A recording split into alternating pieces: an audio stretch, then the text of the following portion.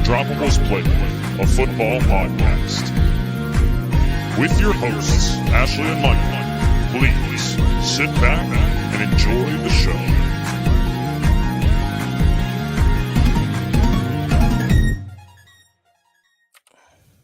Hi, everyone, and welcome back to the Undroppables Playbook, a football podcast presented by the Undroppables. I am your host, Ashley. This is my lovely co-host, Michael Duncan. How are you tonight? I'm doing fantastic. I'm in a wonderful mood.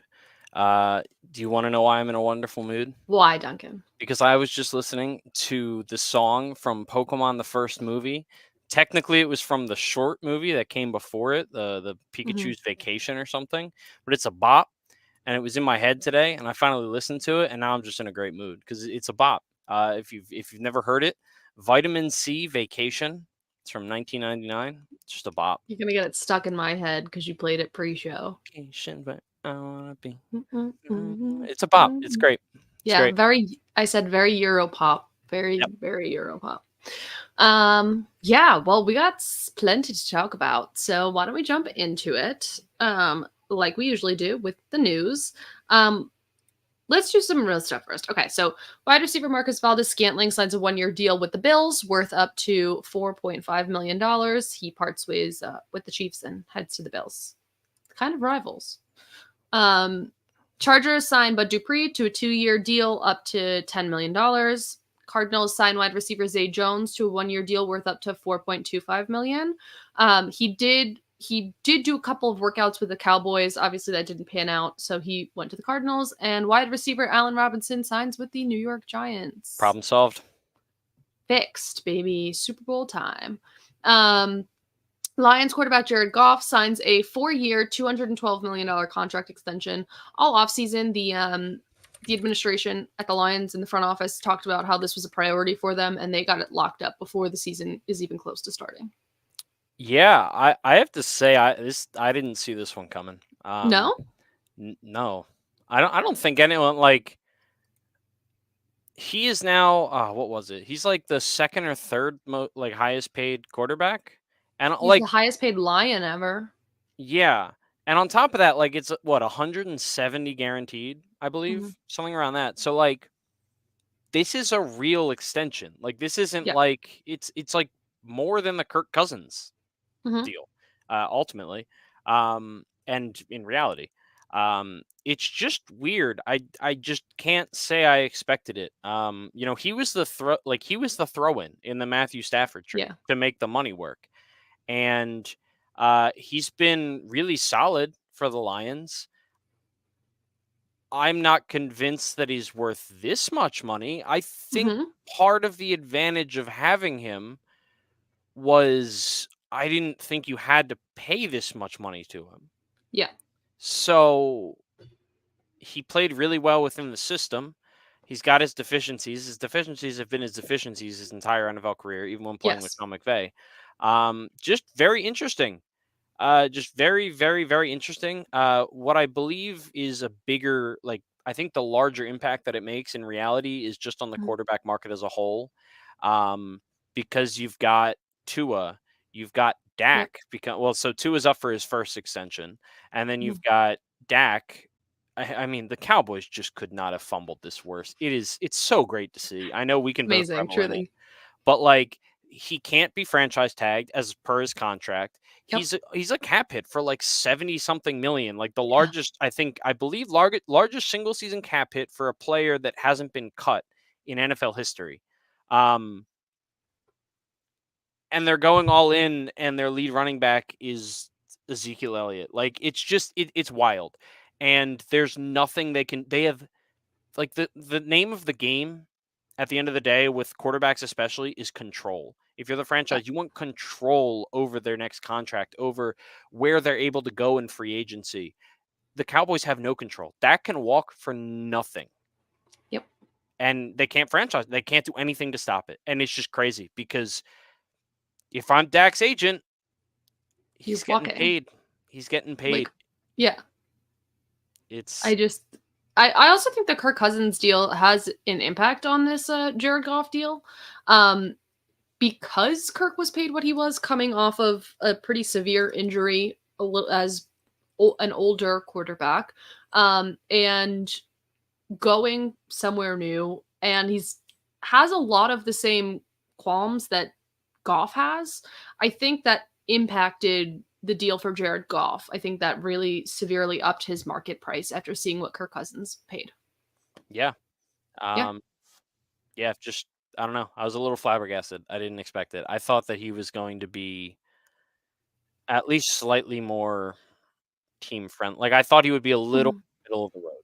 Not Geno Smith Okay. level contract, but like not top 5 highest paid in the league contract Yeah. either. So Yeah. there Understandable. you go. Some more just like regular those are our big like signings and very important things. I have some things written down. One I didn't write down, which I'm gonna start with here, which is the Harrison Butker Yeah. staff. Yeah, I literally had no words for like a full day after watching that. So can I give context real quick? Please, please. So Harrison Butker, kicker for the Kansas City Chiefs, gave the commencement address to the graduating class. I'm looking for the It's name. Benedictine, maybe? Is that one? Yeah, I can't find the actual. Oh, yeah, Benedictine College, Mhm. which is a small Catholic college in, I believe, Kansas. He gave the commencement speech. It was posted online. It was about 20 minutes long, and within it, he was not afraid to use the Bible to support views that he has that may or may not be shared by the majority of the student body there. Mhm. But those things included a lot of very backwards thinking ideas. So, Yeah.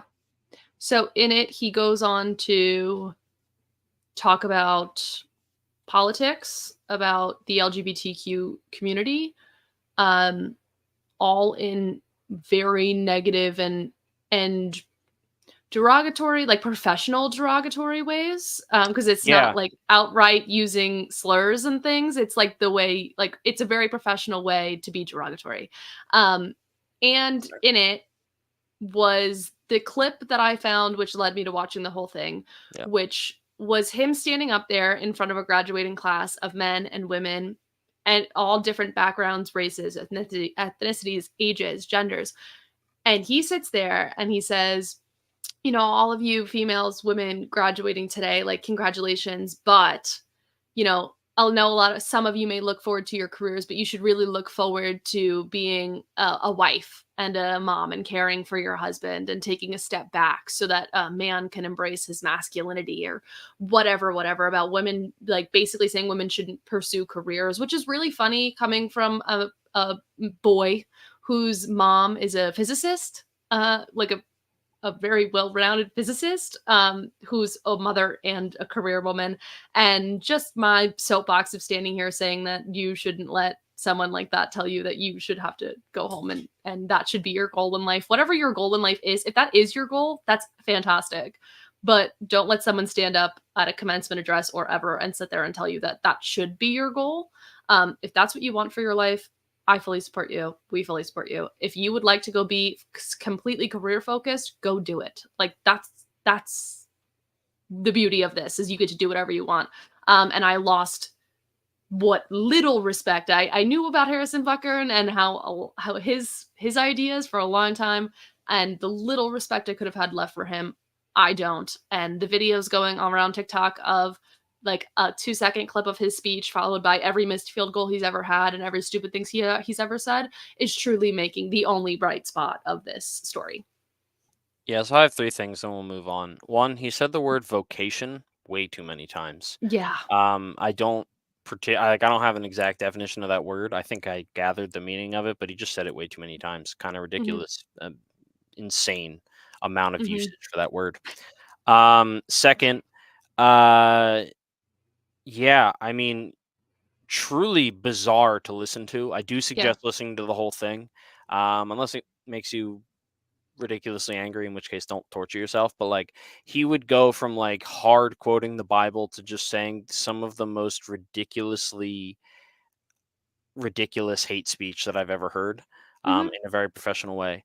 And third and last thing, I think it's hysterical that he quoted his teammate's girlfriend, his words, not mine, that being Taylor Swift, quoted one of her songs, and then went on to talk about the sinful type of pride that is gets a whole month dedicated to it. Obviously, talking about Pride Month and LGBTQ plus community, for which Taylor Swift is a very large advocate of. So, very bizarre thing. I feel like you're probably chasing up the wrong tree there. Yeah, we're But gonna yeah, like quote her as a source when we're saying that yeah, women shouldn't have careers and should be. yeah, Yeah, exactly. One of the biggest it's using career-driven your things in the beliefs world. Yeah. for bad instead of good. Anyway, we're moving on. Yep. Did you finally finish the Tom Brady roast? No, I did not. I forgot. I've been watching Shameless. So I've For been the first time? Yeah, first time. Okay. Yeah. Well, So do you I've want to been talk very about what addicted. little you did watch of the Tom Brady roast, or we Yeah, want to I mean, hear the I'm rest? about halfway through it. Okay. Just like a couple things. Yeah, this is the most ridiculous thing I've seen, and like first of all, a couple things. Nick Foles wasn't in it. I have no respect for Tom Brady. Like you're a bitch. Honestly, you're a bitch. They weren't allowed to talk about Robert Kraft, which I think is hysterical. Tom Because Brady got up and yes, stopped a joke about Robert Kraft. Jeff Ross Yep. said he can't do that shit again. Yeah, when he was talking about made a joke about getting a massage. Yes. But he has now come out and said, and I quote, "I wouldn't do that again because of the way it affected the people I care about the most in the world. Those people being his ex-wife and his children." Yeah. Hilarious that he went out of his way to make sure that they couldn't tell jokes about the 90-year-old with $1 billion who I guarantee you he'll make it through. He's good, but the children, they're open season. Just very bizarre, man. Tom Brady, just don't really respect him all that much. Yeah. Another party involved that has some issues with the roast itself was the family and estate of Aaron Hernandez. I didn't see that. Plenty of jokes I don't want to say about him. I'd say at his expense. At his expense, okay, yeah. So at his expense, I didn't know if that was the right way to say it. So No, it is at his expense about him. Some notable people who were there from the NFL side include Peyton Manning. Drew Bledsoe was there talking about how he was great. He was great. Drew Bledsoe was great. Yep. Randy Moss, Rob Gronkowski, Julian Edelman, all there. I don't know if you've gotten a Gronk's part yet. I haven't. Hilarious. Great. And I'll spoil one part for you that I wanted to talk about. He basically admits to Deflategate. No, I've seen it. But he didn't for fun. He didn't admit like it was hilarious, and seeing the reactions from the Patriots about it was the best part. Yeah. Because the camera pans over to them, like keeling over, laughing, like gasping, hands to like, oh my god, hilarious, truly. I mean, they did it. But like he didn't really admit to it. No way that matters. But he did it, and we all know he did it. So it's fine. So awesome. It was wild, truly wild. But yeah, he said he won't ever do it again. So I hope you enjoy the one Tom Brady roast we'll get. All right, on to the next. The Giants are going to be the team in the new Hard Knocks, which is called Hard Knocks Off Season, which is a spin-off of the regular Hard Knocks, in which I assume they're just gonna talk about if they want to draft. If they really made a mistake with Daniel Jones, like that's our off season. That's the whole, like, that's why did we pay that guy? Really thrilling TV show. I'm Hard Knocks. Why did we pay that guy? That's the slogan. I will love watching that. You will hate watching it. It'll be great. Yeah, absolutely. John Gruden loses his lawsuit that he brought against the NFL, where he alleged conspiracy, among other things, forcing him to resign as the Raiders head coach in 2021. That had to do with like leaked emails and everything like that, that this was a conspiracy garnered against him to force him out. He did lose that. His lawyer says they're appealing and they're allowed to go to civil court, but in a actual court of law, it is no longer a case unless the appeal works. The Jags will be spending $1.4 billion on a new stadium, the stadium of the future. You've talked about this a little bit, I think. Yeah, I need to double check, but my coworker, I believe his sister is a part of the group that has helped design and build a lot of NFL stadiums. I know they helped with Jerry World down in Dallas. I believe they helped with the Atlanta Falcons, and I know they put in a bid and like a design thing for this one. I just need to check with them and see if it's the right one. Yeah. If that's the one that they picked or whatever. So. Sure, they'll find a way to still incorporate the pool. Apparently that was that. Like way. I can confirm. My inside source says the ownership was very insistent on the pools being still there. Like they were very insistent on that. Apparently, which I love. Agreed. Very happy about. Agreed. Okay, so jump around it. The full NFL schedule releases now. 17 minutes ago. If you're right now, live. 17 minutes ago. So that is Wednesday, May 15th at 8 p.m. The full NFL schedule comes out. Obviously we are talking here, have not seen the whole thing, but a couple of big releases that have already happened is that Netflix will be hosting the NFL Christmas Day games this year, as well as one holiday game each season through 2026. In tandem with that, Netflix is also making a 10-part docuseries about Jerry Jones and, quote, his journey in transforming the Dallas Cowboys franchise. That's per Adam Schefter. It's going to be the biggest load of garbage. Yeah. He's a piece of shit human being, and it's going to focus on all of his cool football accomplishments, and they're going to gloss over all of the horrible shit that he's done and what a terrible human being he is. And I'm already angry about it. Like there's no way this is getting made if it's an honest, actual documentary. It's going to focus on is transforming the Dallas Cowboys franchise, which, yes, at a period of time, he was the name in football for a very good reason because of what he was able to do to create America's team. But now he's garbage. He's not good at his job. America's team is the biggest fraudulent franchise maybe in existence. And he's just an old senile man who doesn't actually have to face consequences for his What actions. is it that he eats? Is it like a McGriddle or something every day, or a McChicken? I don't know. He eats like some McDonald's sandwich every day. So I'm gonna bet over under on how many of those we see in the series. But other big schedule things.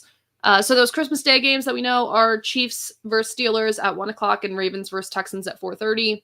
On Thanksgiving, we have Giants at Cowboys and Dolphins at Packers. Caleb Williams' debut will be at home against the Tennessee Titans. The Niners will host the Chiefs in a Super Bowl rematch in Week 7. Tom Brady will actually be in the booth for that one.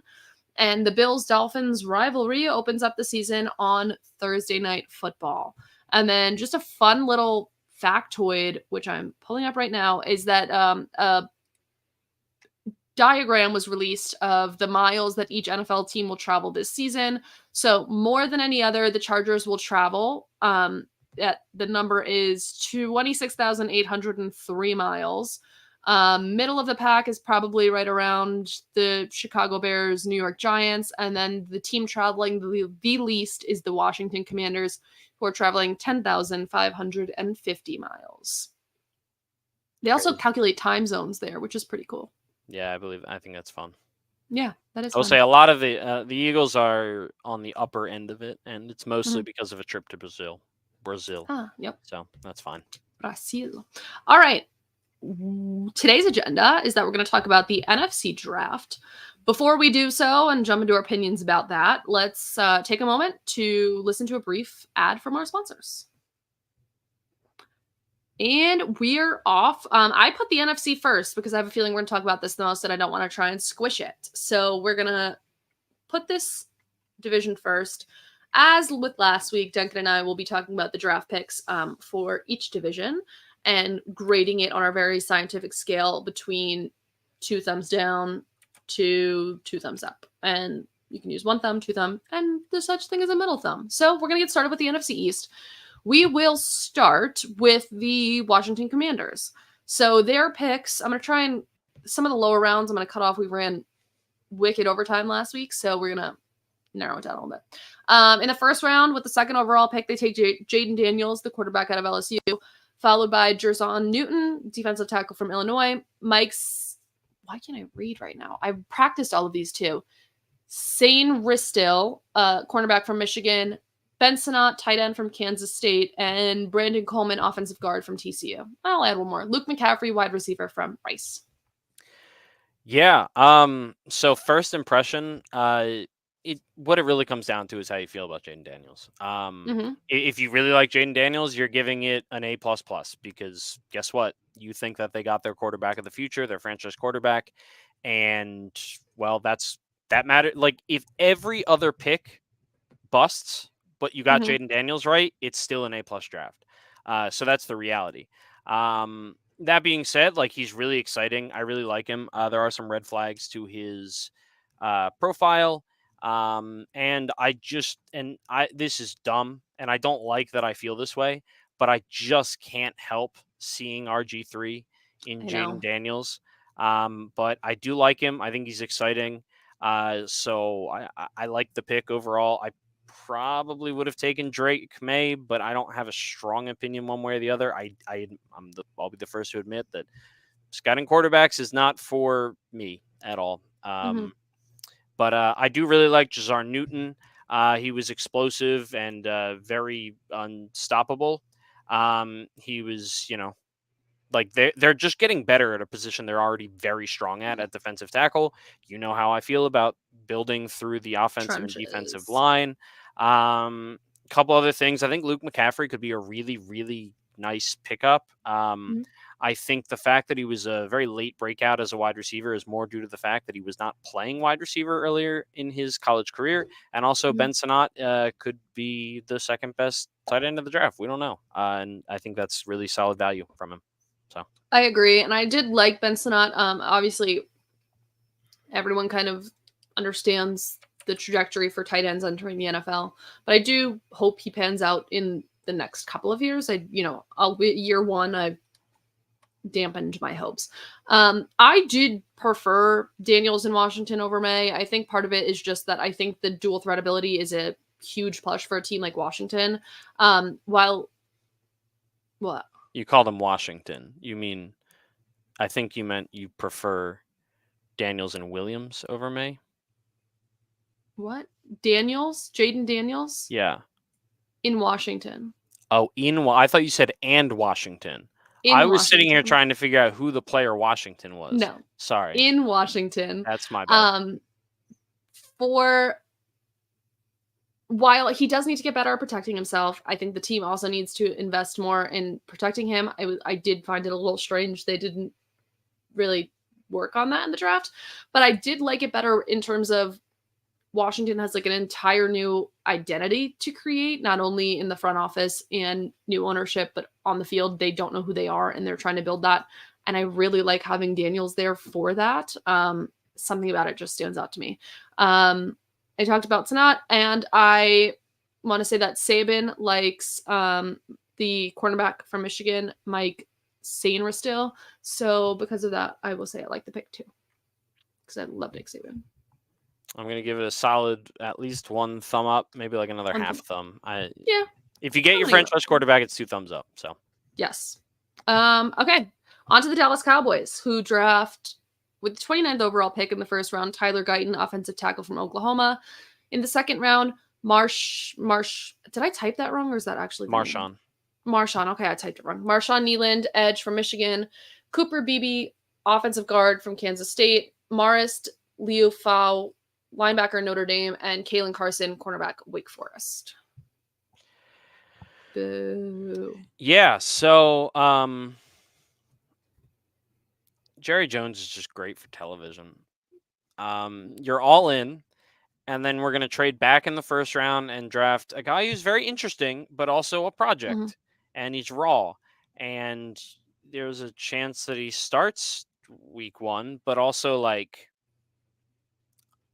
he needs work. He's not there yet. Yeah. But they're all in. And then going into day 2, one of the most hysterical interviews was like Jerry Jones talking about Jonathan Brooks, the running back that was ultimately taken by the Panthers in the second round. And he gushed about him, talked about one of the best interviews he ever had in 30 years or whatever. And the Panthers just took him before Dallas could get a chance. So they did not draft a running back and then signed Zeke. And it's just really funny to me. I think overall, like Marshall, like I like that they went tackle, edge rusher, guard. Like, I believe that's a really solid way to draft. and they needed defensive line depth after they lost it in free agency. The guy's a good run defender. And I do believe that BB is another guy who is a really solid guard. I think he fell a little bit farther than I was expecting. But yeah, I just think it was it was a solid couple of picks, but you still have a lot of questions about that roster.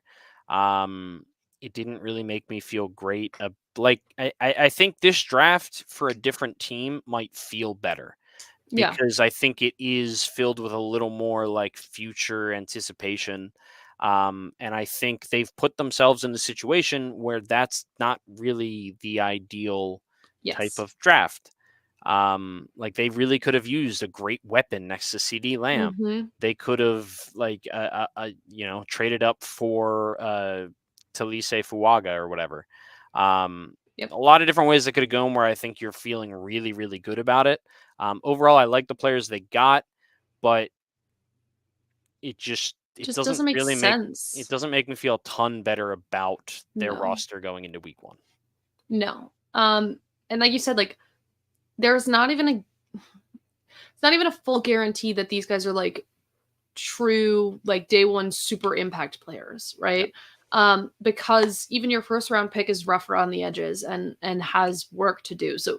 So yeah, he may play day one, but you're not going to get what you would want out of a first round prospect, even if it is a late first round, to be like a playmaker when they can come in. And it feels like safe to the point of stupid. Like you should have went out somewhere, like went out on a branch somewhere to try, and I would rather them have reached a little bit for like a skill player or a weapon, something that brings a little bit of spark to a team that feels otherwise completely sparkless. You pick up a guy whose main skill is run blocking and being in the run game, and you didn't have literally didn't have a running back at the time. Like, what is the point? Like, I don't know. It's safe to the point of stupid. And I will say something that intrigued me because I had listened to a podcast months ago with the now dead Bleeding Greed Nation podcast feed because whatever that company was destroyed all of their podcasts for some reason. Jeez. Yeah, do you not hear about SB Nation? No. They cut all of their podcasting. But so they do. They used to do like an NFC East thing, and I think the Cowboys guy made a really good point when he was talking about the fact that like they also just continue to give Dak Prescott more and more leverage because without even drafting a development like a Spencer Rattler or something, like they have no options at quarterback next year. Like Dak Prescott is not under contract, and I'm trying to double check that right now, but I'm not sure that they have a single quarterback under contract next season. And if they do, it might be like right now, literally on their roster is Dak Prescott and Cooper Rush, and I believe that Cooper Rush is also a free agent. Like they have no leverage. Benvenucci. Yeah, it's crazy to me. That was a great era. Yeah. I don't know. It just thumbs down. Yeah. Boo. Okay. Always boo the Cowboys. Yeah. On to my New York Football Giants, who have picks. So in the first round, they take at the 6th overall Malik Neighbors, wide receiver out of LSU. Then Tyler Nubin, safety, Minnesota. Andrew Phillips, cornerback, Kentucky. Theo Johnson, tight end, Penn State. Tyrone Tracy Jr., running back, Purdue. So they're the big storyline here is that they stay away from quarterback after not finalizing a deal with the Patriots. Was their main goal to trade up with, who wanted another first thrown into the package that already contained a first and some other picks. Smart on both half. Like the Patriots want a buttload to get the first round pick to someone else, and smart of the Giants not to take that because stop leveraging your entire future, please. So smart on both ends. And so they go to plan, it could have been plan A, but they go to plan B and they take Malik Neighbors. So we're sticking with Daniel Jones. Let's get him as much help as we can. And they draft a superstar wide receiver. Obviously it's not the first overall prospect, which was unanimously Marvin Harrison. I'm not gonna say unanimously. Some people argue. For the most part, unanimously was Marvin Harrison Jr. So you get the second, and I think it's great. Malik Neighbors feels like the first true like wide receiver one the team has had since OBJ. If it pans out, things happen. So I hope it actually works out. Even though he did decide to call off his $10,000 Rookie of the Year bet with former teammate Jaden Daniels after one day of practice with Daniel Jones, that doesn't the vibes are happy. ridiculous. Sorry, with Janiel Dones. Janiel Dones, baby. With Janiel Dones. No, the vibes are ridiculously low. Terrible. I don't blame them. Like Daniel Jones is your court. It is hysterical how low they are. He's calling him Janiel Dones. He's not talking him up at all. He's like, we'll see. I don't know how good he is. Like, we'll see in practice. It's like one day it's like, yeah, I'm not being Rookie of the Year. Like, I'm calling that off. Yeah, so then I know I can afford Jaden Daniels and is like 10K, but no, I'm good. No, I'm not gonna make a bet. I know it's not gonna win. Yeah. Daniel Dones. Oh my god. Newman was one of the top, if not the top safety in the draft. I'm really content with the pick, especially after losing help back there with Xavier McKinney. Yeah, I do think Andrew Phillips was a bit of a reach, but I can logically understand the reach with how horrid the secondary was last year. Theo Johnson was obviously a pick that was like, the guy's like fine, but they took him in anticipation of a Darren Waller drawn out retirement decision that's taking 9 years. Keeps on giving. And you draft a running back because, we lost Saquon Barkley, and you have some hope for someone later on. Go Birds, baby.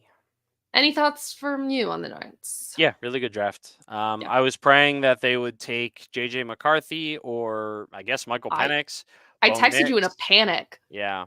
You were like, here we go. And I was like, oh my, like, I swear to God. Like, I've enjoyed, and to be honest, it hasn't really mattered that you guys haven't had good wide receivers, at least against the Eagles, because like Darius Slayton just loves playing well against the Eagles. Yeah. Like it doesn't result in wins, obviously. Like we don't have to look at the records, but it just kind of sucks that like now I have to look at Malik Neighbors for the next however many years. Granted, we just drafted Quinion Mitchell, so that's fun. But no, I think they made the right call there.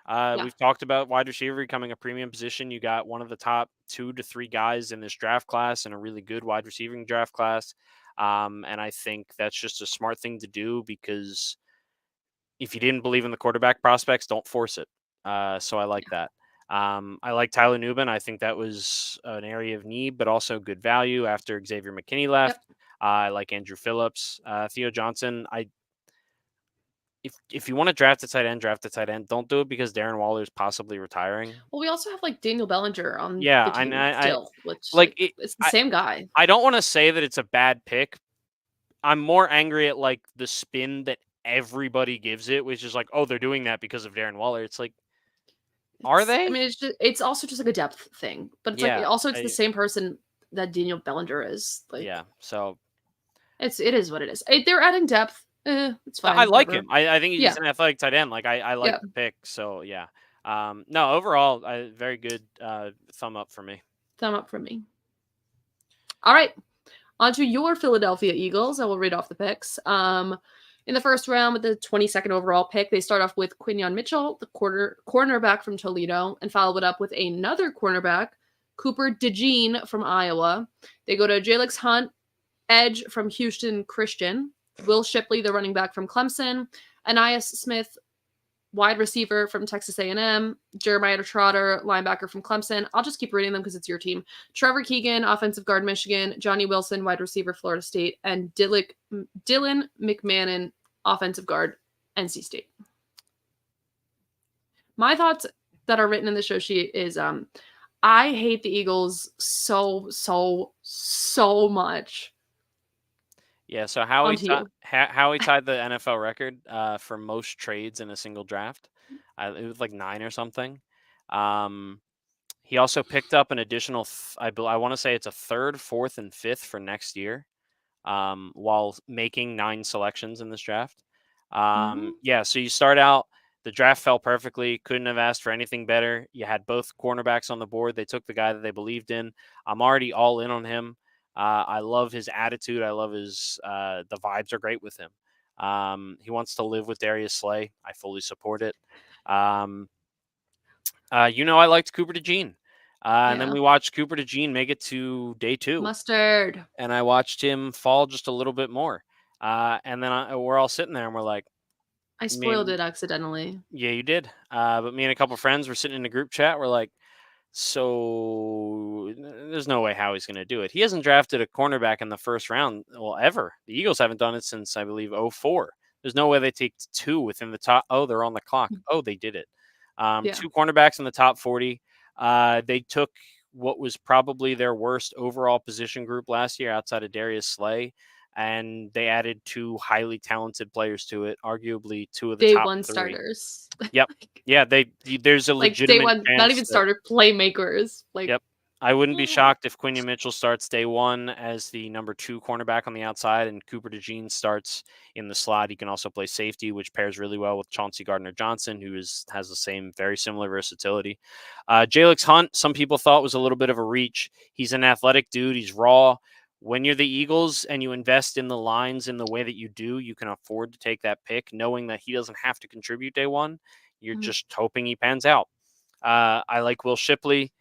I think he's just a solid backup running back. Anaya Smith is a small guy, wide receiver, that I think fits what the Eagles kind of need in a small, shifty guy to play in the slot. But really the highlight of these later rounds is a guy by the name of Jeremiah Trotter Jr. He's going to be wearing number 54. And if you have not seen the call that the Philadelphia Eagles made to pick Jeremiah Trotter Jr., I highly recommend watching it. Every time I watch it once, I end up watching it about 10 times and crying. If you don't know, and if you're an Eagles fan, you might not, Jeremiah Trotter is in the Eagles Hall of Fame. That is his father, number 54 for the Eagles. He's in the Eagles Hall of Fame, played a lot of years for the Birds. One of the best linebackers of my generation, for sure. And his son played at Clemson, and he wore number 54 at Clemson, just like his dad. He uses the same Axeman celebration as his dad. And when they called him, they traded up for him. Howie was about as happy as I've ever seen Howie in a draft room, which is saying something. He's crying on the phone, telling that that they're picking Trot. They hand the phone off to Jeffrey Lurie, the owner, and he goes, "How long have I known you? Since you're 2, 3, 4 years old." He said, "I'm so proud of you. I'm so happy that you're coming here. I love your dad." And his mom, who died recently of cancer, he said, I loved your mom, and I'm so glad that you can continue to be a part of our family. I love it. I love it. Jeremiah Trotter was awesome. And I think the best part about this is the fact that being a 5th round pick, when, a year ago, there were mocks that had him in the 1st round because he's got insane talent. He's just not the physical specimen that linebackers want to be nowadays. But he put up the stats. He's a smart player. But being a 5th round pick, he doesn't have to walk in day 1 and show out. He can be a special teamer. And this city is going to love him because he's going to play his heart out. And I'm getting teary-eyed just thinking about it. I could keep going all day. It's one of the lesser important picks, but one of the best. Like, while it is like a size and specimen thing, like, it works well for the Eagles, who have size and specimen everywhere else. Like, we don't care about someone linebacker. No, and like so. And you play it creatively. Like, the linebackers are used very creatively in your defensive schemes. So having someone who doesn't fit a typical mold in a creative linebacker system is beneficial for him. Like, you could have walked into a million different scenarios of which you don't pan out 9 out of 10 times. But there is opportunity here for that. Yep. And I'm telling you, the first time that man gets a sack, which he did a lot at Clemson, and he throws down the hammer celebration, the Axeman, I'm going to be crying like a little baby. I loved watching Jeremiah Trotter growing up. So just an incredible pick. Really awesome. Even outside of that, this draft is a 2 thumbs upper for me. Howie does it again. It's Howie season, baby. Honestly, it was 2 thumbs up on after day 2. And Jeremiah Trotter was just like that little icing on top where it's like, you've already killed the draft, Howie. Now go make us cry like the adult babies that we are. And he did. So I hate that I have to give it 2 thumbs up. go Birds, baby. I hate the Eagles. Okay. On to the NFC North. Start with the Lions. We do have to speed up a little bit, but Yep. Terry and Arnold, cornerback Alabama, Ennis Rakestraw Jr., cornerback Missouri, Giovanni Manu, offensive tackle British Columbia. Yeah, okay. So Arnold, go ahead. You go first. I have a typo here. I'm trying to figure out what I was trying to say. I think overall just a really solid draft where you don't have a ton of draft capital, but you're able to make 6 picks. I think you start out with taking Terry and Arnold, who was a guy that fell. A lot of people had as the number 1 or the number 2 cornerback, depending on who you're asking. He played at Alabama. He's a plug and play day 1 starter at a position where they needed that. And I think getting Ennis Rakestraw Jr., which is just an awesome name, Rakestraw. That's another guy that I think they got good value on. He's a little undersized, but they definitely have the chance to get something out of him.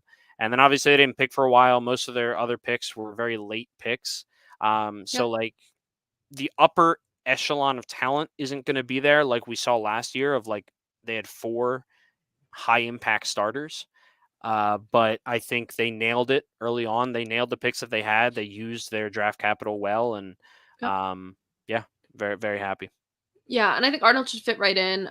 He's like the all around prospect, like, and knows ball with the best of them. So I think it'll work out really well. They saw their obvious weakness. Like they looked at their roster, they looked at last year and said, what would have brought us where we wanted to be, which was a Super Bowl. And cornerback very well could have done that. So they stack up with the first 2 picks that they have.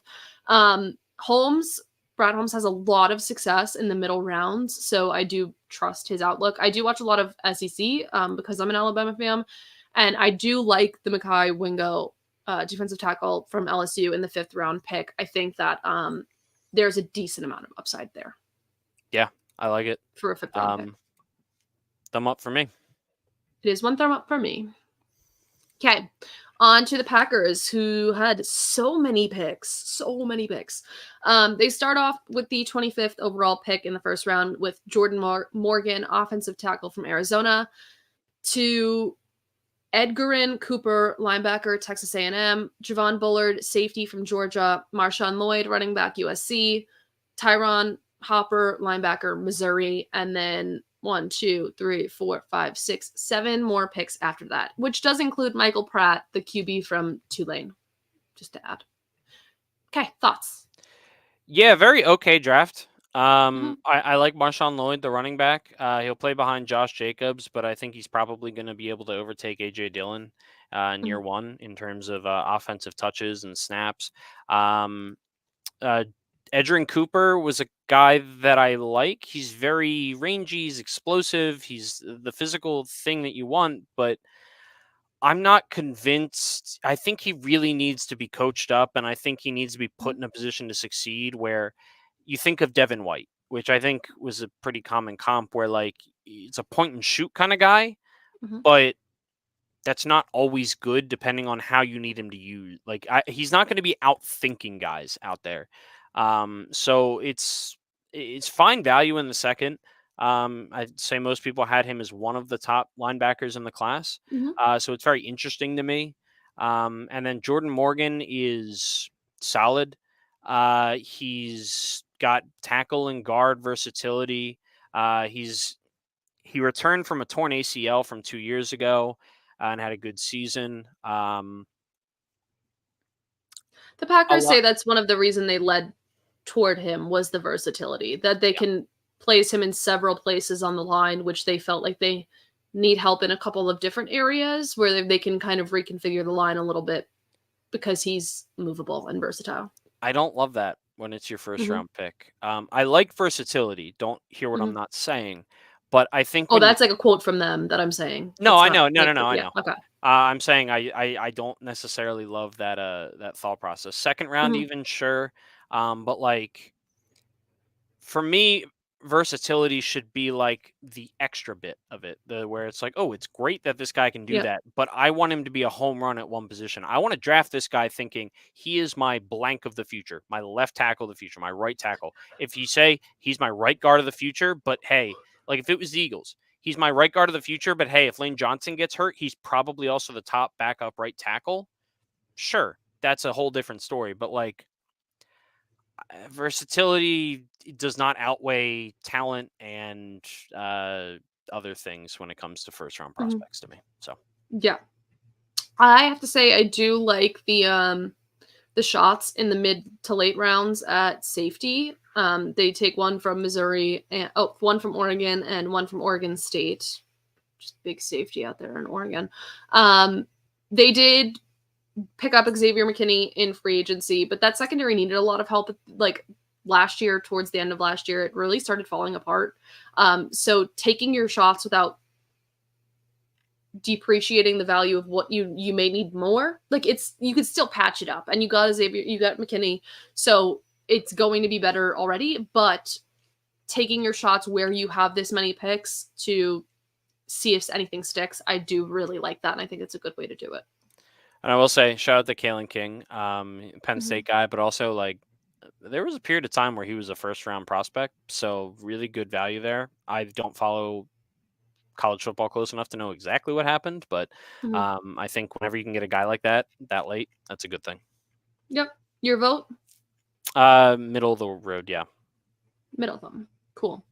All right, on to the Vikings, who get their guy without having to give as much up for it as they wanted.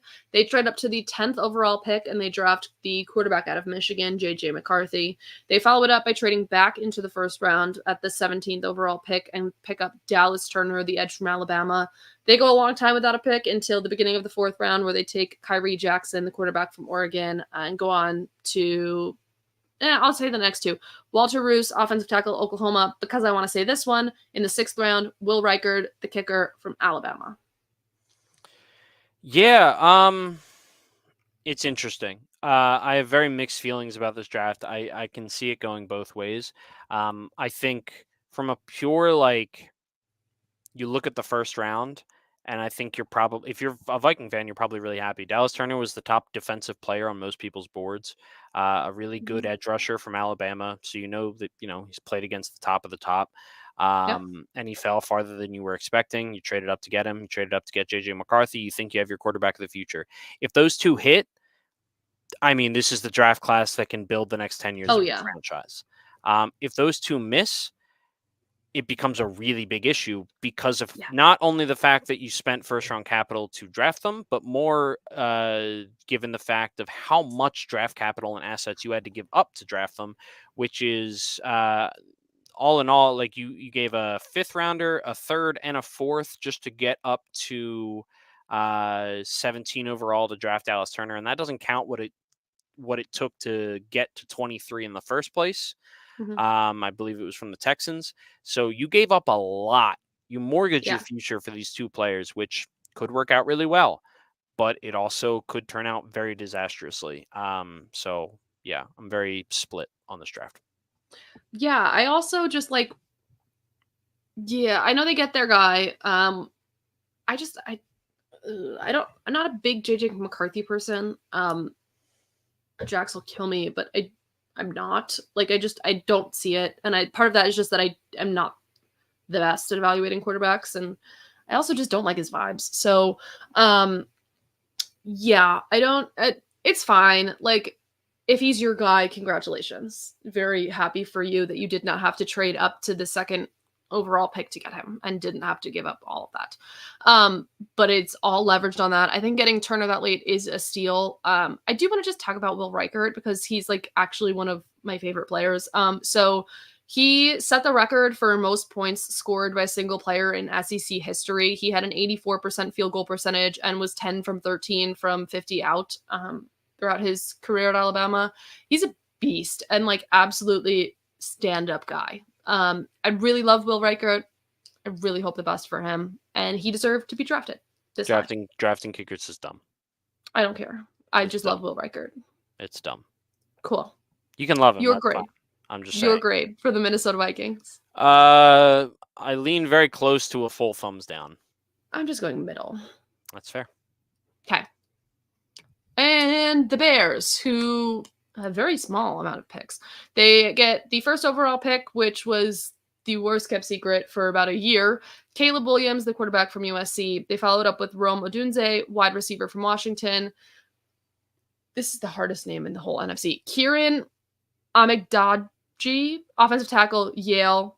Torrey Taylor, punter from Iowa. And Austin Booker, edge from Kansas. Yeah, I mean, I don't think I have a ton to say about this. It's a thumbs up for me. If they didn't draft a punter in the 4th round, maybe it'd be 2 thumbs up. He's the Iowa punter. Hold on. I just don't care.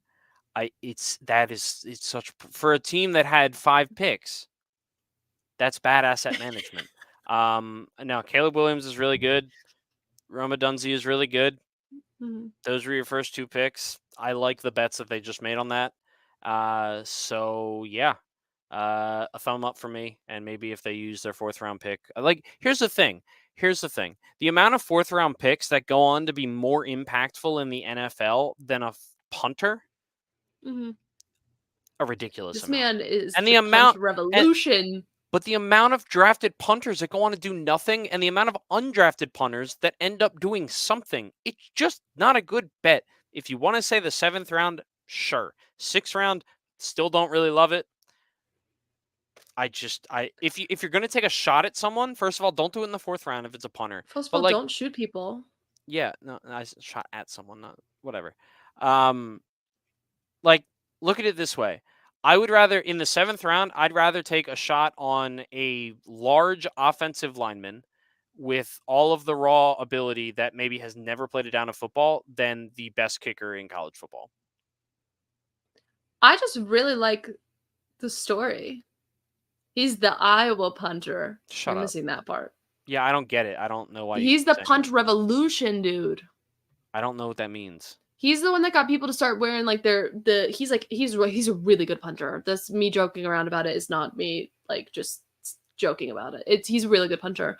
But that's people show up to Iowa football games, more punts, sweatshirts and everything. Punt revolution.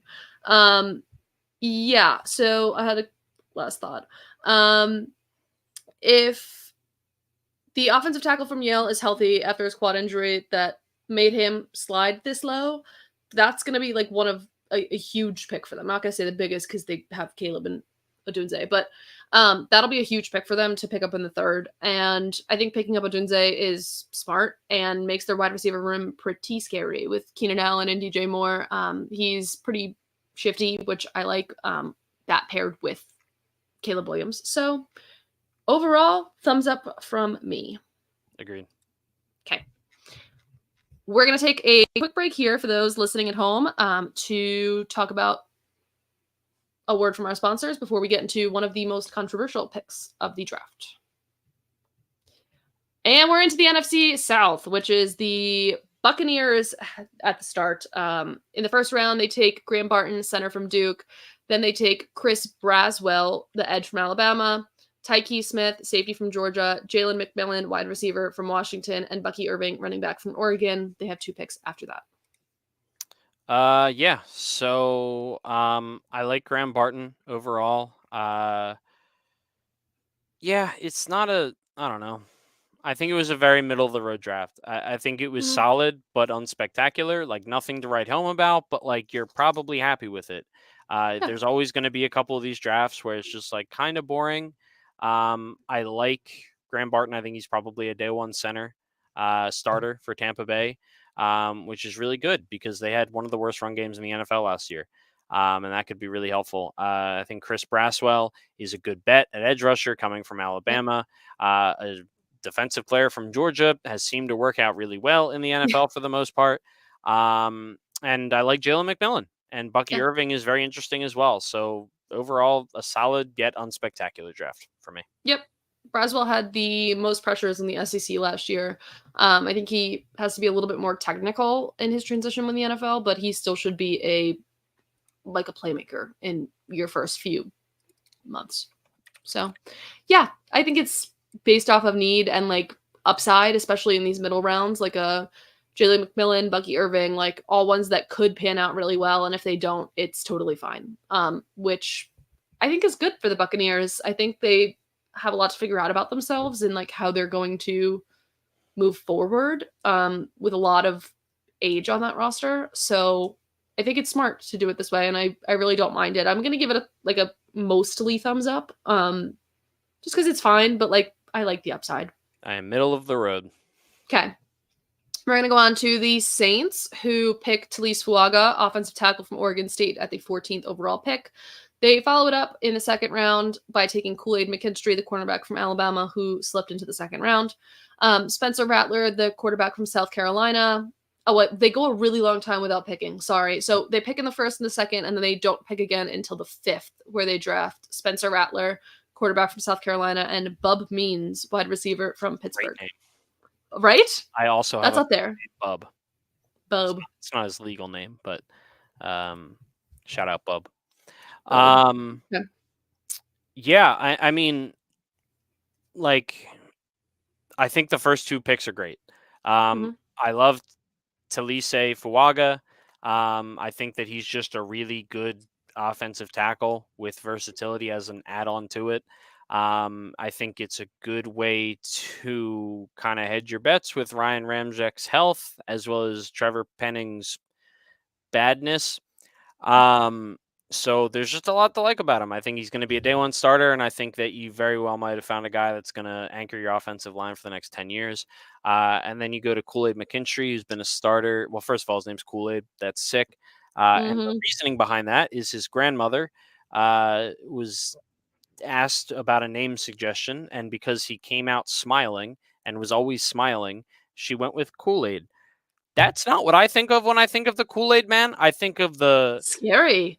Yeah. Well, he is always smiling, but like he's always scary. going, oh yeah, and then busting through walls. So I don't know. I don't know if I agree with the reasoning, but I'm not one to argue with a grandmother. Nope. Sick name, strong player, started at Alabama for a very long time.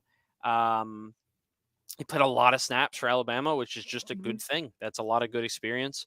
Fell a little bit this year in terms of like where people expect him to get drafted, but I do think that it was a good overall use of value. And then you get to Spencer Rattler, who had a very weird college career, but I think is a very good use of taking that kind of guy in the 5th round. You think of what happened with Sam Howell. I kept wanting to call him Drew Howell, and I'm like, that's not his name. No. Sam Howell. So it's that kind of thing. I like that use of resources for the most part. So yeah. And Kool-Aid McKinstry partly fell because of just the way the draft fell with the amount of offensive players that were taken in a string. He was drafted to go later in the 1st round. So it's not too far off, but still good value to get at the beginning of the 2nd. But Spencer Rattler, I did want to point out that a lot of NFL insiders and like reporters were talking about how teams viewed Spencer Rattler because of the Netflix series he was in a couple of years ago. Which one is it? There's a million of them. I watched so many of them. What's the name of that one? It's not Last Chance U. It's not. Is it QB? Is it just straight up QB? Is that the name of it? I don't know. I'll be honest. I went over to Twitter for a second because I saw that the Tennessee Titans released a new where they try and get people on Broadway. Okay, it's called QB1 Beyond the Lights. Sorry. So Spencer Rattler was featured in QB1 Beyond the Lights. So a lot of NFL teams, that was when he was a lot younger, and a lot of NFL teams didn't like the way he was portrayed in it, and it let it carry over. I don't know. So Saints capitalize on that, and hopefully something pans out for them with Spencer Rattler. Like that's just the goal. I mean, it's the 5th round. You didn't pick since the 2nd. It's worth a shot. Yeah. Like, what else are you gonna do?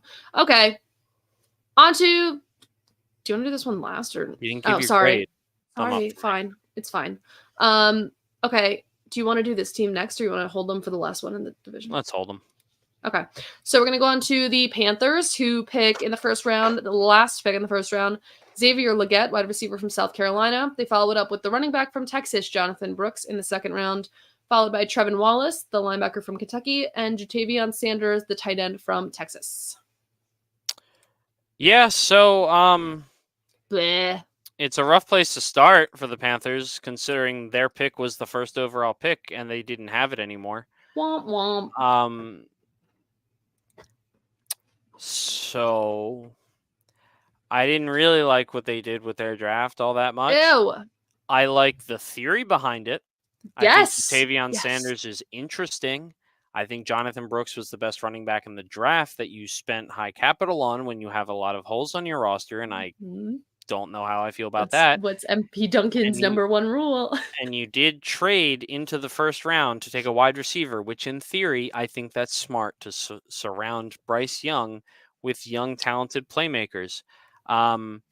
Unfortunately, the one they picked is Xavier Legette, and I don't know if I like him there. So trying to stay positive. It's like when you do the right equation, but you get the wrong answer. Yep. That's well said.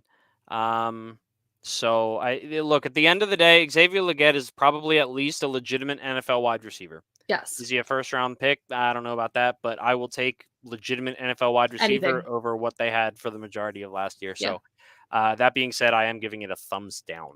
Agreed. And they will be hosting open tryouts for more skill positions for regular civilians to try out for midway through the season. Okay, and on to the fun one. The one that I had to call you about in the middle of it so we could freak out together, the Falcons. In the first round with the 8th overall pick, they're on the clock.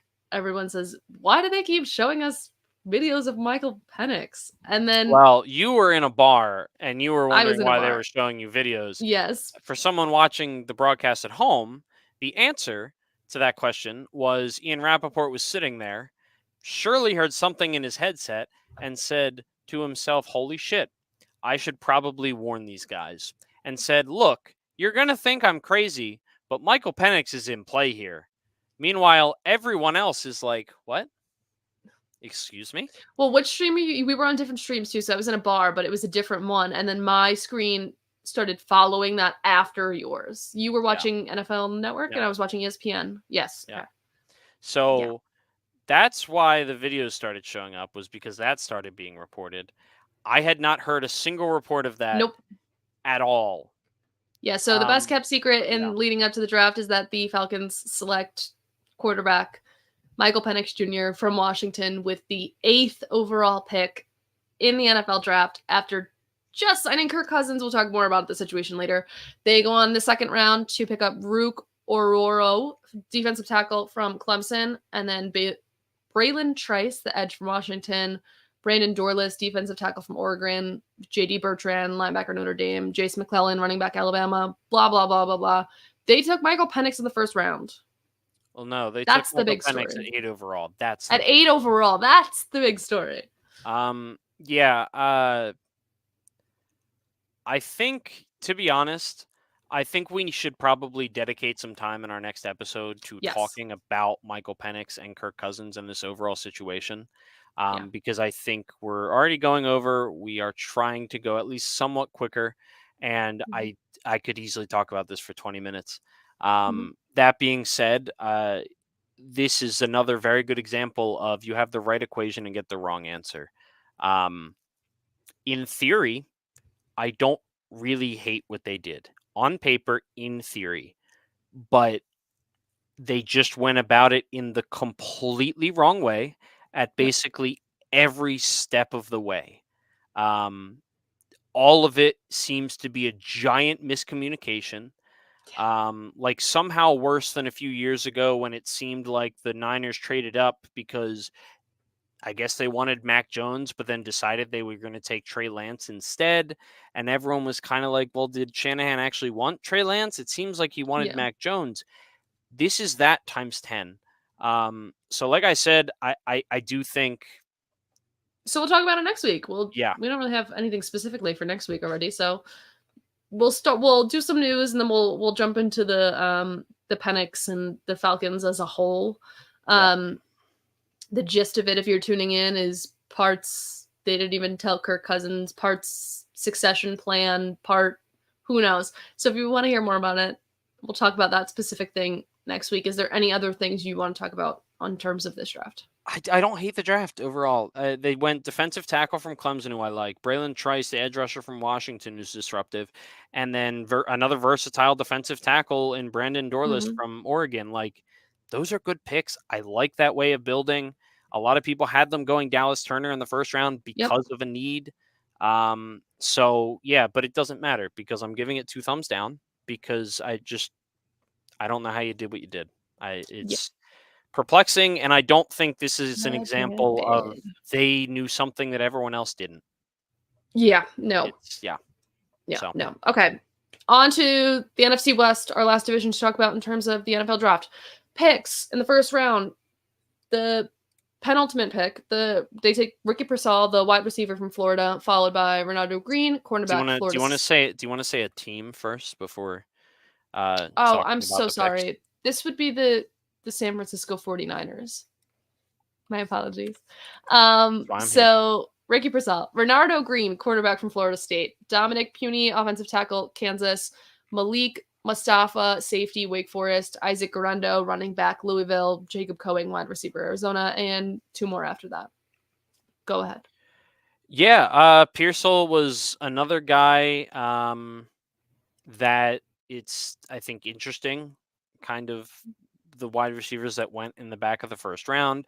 I think it was very much pick your favorite in a lot of ways. Yeah. I think it's about 10 times more interesting considering the situation they find themselves in with Brandon Ayuk and Deebo Samuel. Yes. But at the very least, I think Pearsall is a very solid playmaking, probably primarily slot guy at the next level. And he was great in the pre-draft process. He was productive. His measurables are good. He only dropped 5 passes. It's an interesting pick. They're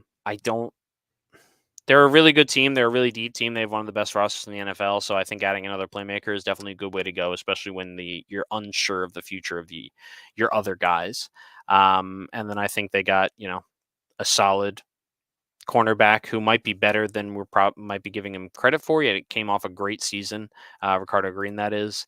And then I think there's just a lot of really interesting things to like. Isaac Guerrero, the running back out of Louisville, is another as well. My notes literally say death, taxes, a mid-draft running back for Kyle Shanahan. Yeah, so he will be cut in 2 years, to be clear.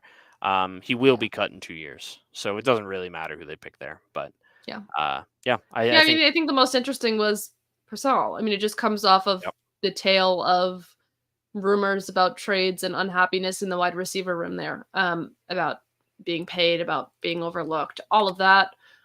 So it's a question of, is this an insurance policy if we decide to trade or like release or move on from one of them?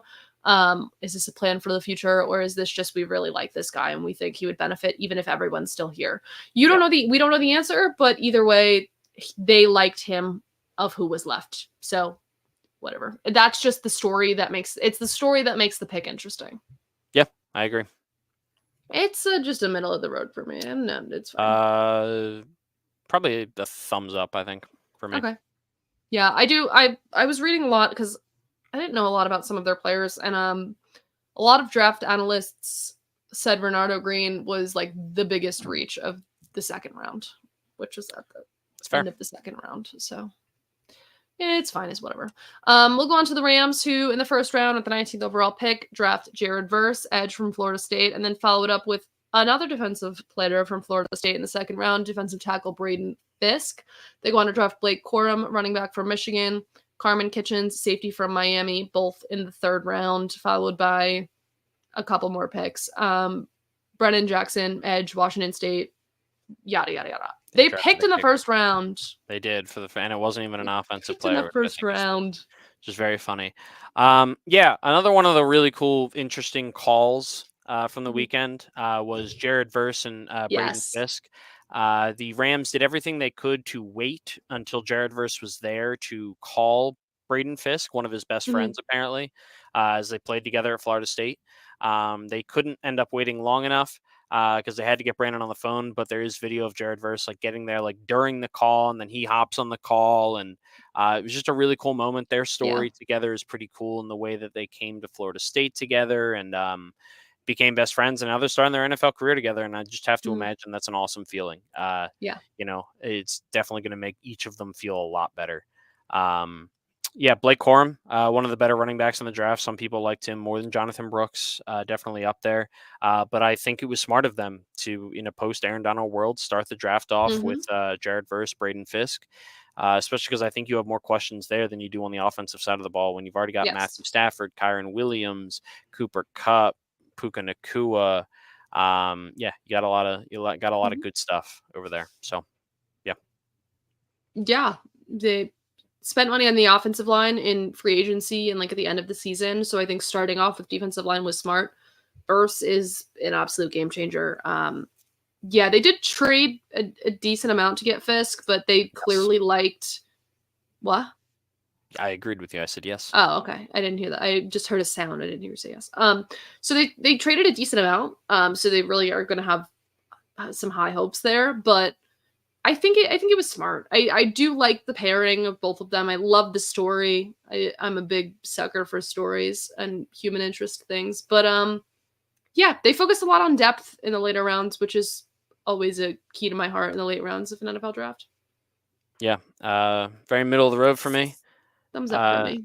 Having to give up second to move up 13 picks to get Yeah, a guy I'm not a in the big second fan of round, that. didn't love, whatever. and also they drafted a kicker. So yeah, whatever. as I've now taken a Seahawks. strong stance on that, I'm I going know middle of the you road. have. The Seahawks in the first round with the 16th overall pick take Byron Murphy, defensive tackle from Texas. They don't have a second round pick. In the third, they pick Christian Haynes, offensive guard from UConn, Tyrese Knight, linebacker from UTEP, AJ Barner, tight end from Michigan, both in the fourth.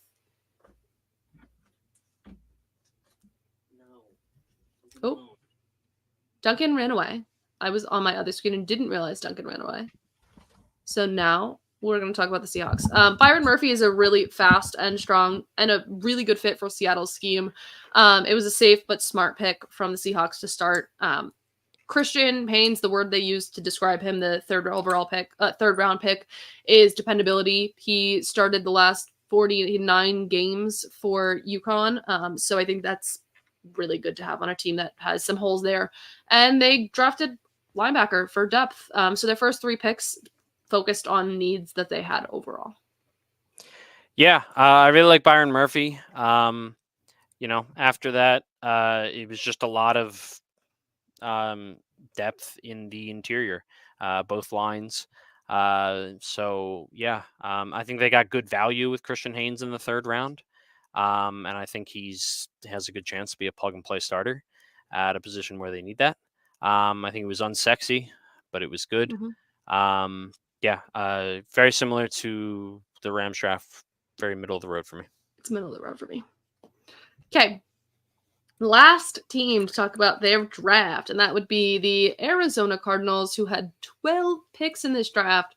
And they started off at the fourth overall pick, stand their ground, don't get enough for their spot, and they decide to pick Marvin Harrison Jr., wide receiver from Ohio State. They followed up with another first-round pick, Darius Robinson, edge from Missouri, 1 second-round pick, Max Melton, quarterback from Rutgers, and a bunch of thirds, which I'll read off really quick. Trey Benson, running back, Florida State, Isaiah Adams, offensive tackle, Illinois, Tip Ryman, tight end, Illinois, Elijah Jones, cornerback, Boston College. All of those in the third round at picks 2, 7, 18, and 27. Yeah, I mean, they made a lot of picks, but they also made they got the most important one right, which was Marvin Harrison. There was a very long period of time, I think, where a lot of people were wondering if they were going to take a quarterback.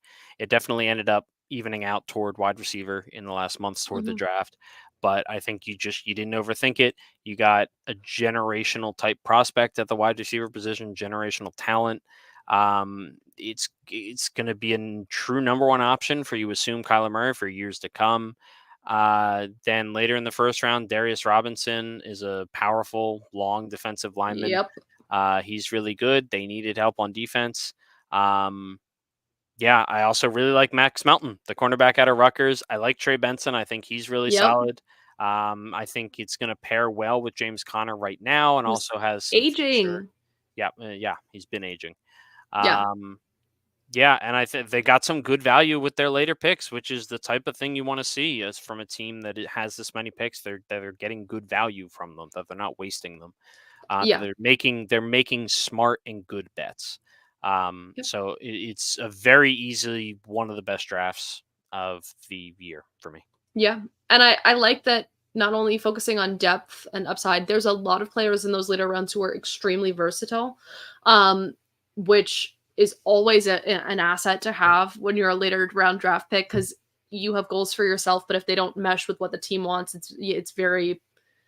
it could lead to just being cut. So if you're versatile and willing to try new things and special teams and learn and can play around, you're more likely to be on an NFL team, and that's what you want when you're spending capital on a player.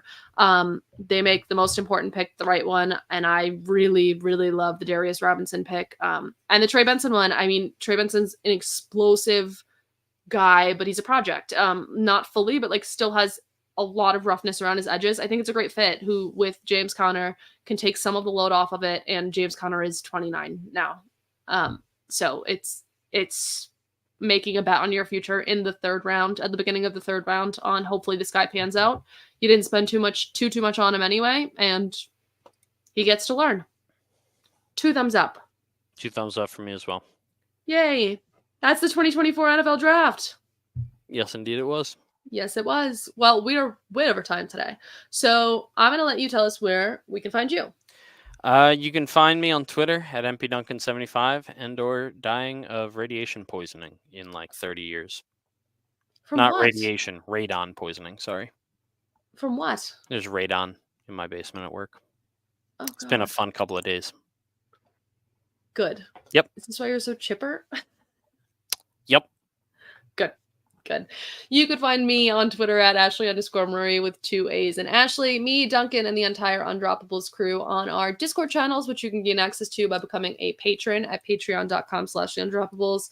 You can listen back to the Undroppables Playbook wherever you listen to your podcasts, Spotify. Duncan told me Apple Podcasts doesn't exist anymore. So wherever you listen. Google Podcasts. Jesus Christ. Google Podcasts doesn't exist anymore.